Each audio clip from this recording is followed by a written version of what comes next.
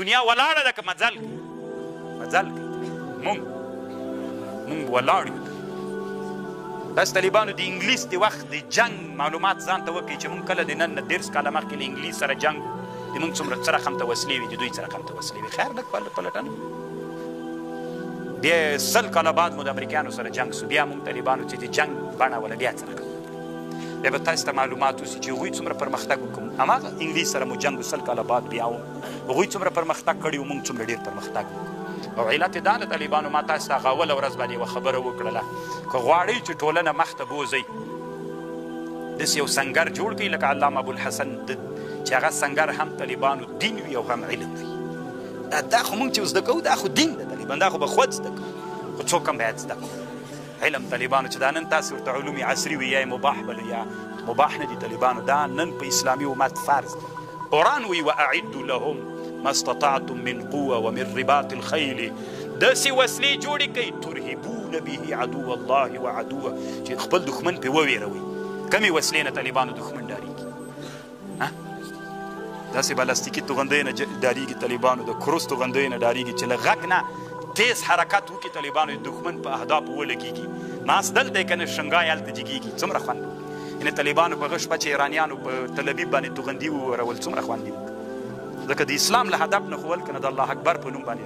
څومره یې ولړزو طالبانو اسرائیلو بیرته متقابل برید کله بیا وکړو که موږ درلودلی طالبانو څومره خوند به یې دا اوس او دا یاد ساتئ طالبانو دا به اخرینۍ خبره درته وکړم دا د انسانیت قانون ده الاضعف طعمة للاقوا دا یو قانون هر ضعیف دی چا مړی ده فکر وکړه د حیواناتو کې فکر وکړئ کوم حیوان خوري د ځان نه قوي که ضعیف منئ دا طالبانو دا د ژوند قانون د دنیا کې کم مملکت لاندې کوي استعمار کوي نیسي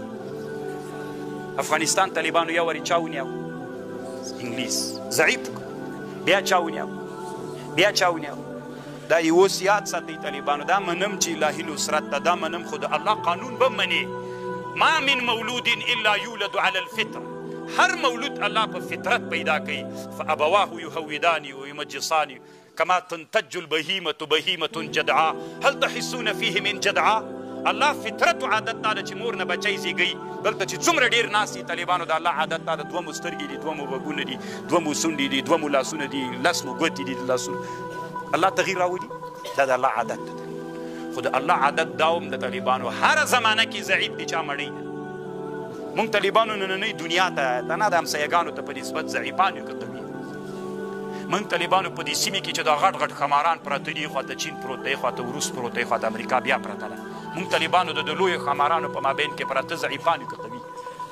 تاسې خو طالبانو د ملایانو خپل کار د طالبانو زم یو ملا یم خو دا راسره یاد ساتئ که موږ په دغه ضعف حالت پاتې سو بل کافر بیا راځي بیا مو خوري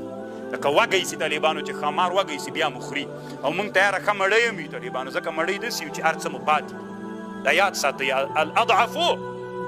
طعمة للاقوا څه وخت موږ د دوی له مړیتوب نه وځو موږ دې ته په دې خوشحاله کړي ماته مو کړه بیا یې ماته خو دې کړه خو ته خو دا باندې فکر وکړه چې موږ څومره ووځل سولو څومره تباه سولو څومره بېلارې سولو څومره سرکونه نه لرو څومره بې فرهنګه او بې تاریخ سولو څومره وځورېدلو څومره افغانان مو تیت په ترک سول د دې خو پوښتنه کوه خبر دا اوس هم چې زه عمان ته تللی افغانان بیچارهګان دوه دانې هلته بیړۍ کې ورک سوي خو دا نهنګانو خوړلي که څوک دا خو د دې پوښتنه خو مو وکړه دا یو حالت د طالبانو موږ څه وخت د دې لویو نهنګانو د غټو ښامارانو له خولو نه خلاصېدی سو چې اقوا وګرځي امریکایانو ډېره اراده ایران ته درلودله چې ونیسي خو پوهېده د ایران حالت یې ټول وڅاره امریکایانو په دنیا کې امریکایانو 4 داسې تیارې درلودلي چې هغه تیارې امریکایانو 4 درلودلي اراده یې وکړه چې ایران باندې عملیات وکړي یوه تیاره یې هغه ورولېږله دوی په ذات یې داخله کړه ایرانیانو هغه وویستله امریکایانو ته پته ولګېدله چې دا مړۍ دي موږ په ستوني کې نیښلي جنګ یې پرې ونه کړه ځان ته یې معلومات وکړو چې اقوا ده راځئ طالبانو نن موږ هم اقوا سو او اقوا کېدل په څه شي کېږي دا ومنئ لکه دوی په څه شي اقوا سوي دا ټوله دنیا نن چې امریکا د اروپا د لندن د فلان د په څه شي اقوا دي نن چې موږ ځانونه اقوا نه کړو طالبانو دا یاد ساتئ یا به مړ یم یا ژوندی بیا به موږ د یو بل استعمار خوراک یو ځکه د الله عادت ته چې خمار بیا چې وږی سي بیا خوراک کوي سي به بیا هم د موږ ځورېږو له علم نه ښه فرصت موږ ته پیدا د علم باندې ځان اقوا وګرځوئ چې بیا د کاپیرو له چا نه خلاص د مړیتوب نه وځو نو دا طالبانو دغه قرآن دلته اوس یوه مسله دا د اخرینۍ مسله اوس په دنیا کې عثماني قرآنونه شته که نه هغه د عثمان صاحب د خلافت زمانه کې چې لیکل سوي ولا چې لیکل هغه شته که نه شته طالبان علامه زرقاني وایي بعضې دغه قرآنونه علما وایي چې په بعضې خزانو د مصر کې شته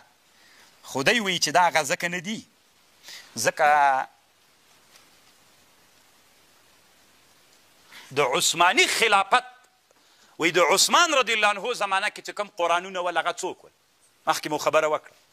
نقط الشکل و نقط الاعجام یې درلود که یې نه درلود نه یې درلود دغه قرآنونه چې اوس په چا کې دي په مصر کې دي دا څوک دي دا نقط الاعجام و نقطو شکل لري خو دې نه معلومه سوله چې دا هغه نه دي دغسې هر چا خپل موزیمونه په دې ښایسته کړي چې خلک ورته ډېر راسي چې هغه قرآن له موږ سره د څوک وایي له موږ سره د عثمان صاحب وینه چې پې توی سوی ده او فلان ده نو طالبانو موږ استدلال غواړو موږ علم منم چې ثابت شو خو ما ته هم خوند راکوي خو چې طالبانو ثابت شي ټکي به یې وګورو طالبانو چې نقط الاعجام و نقط الشکل لري که که یې درلود دا هغه نه ده که یې نه درلود بیا دا طالبان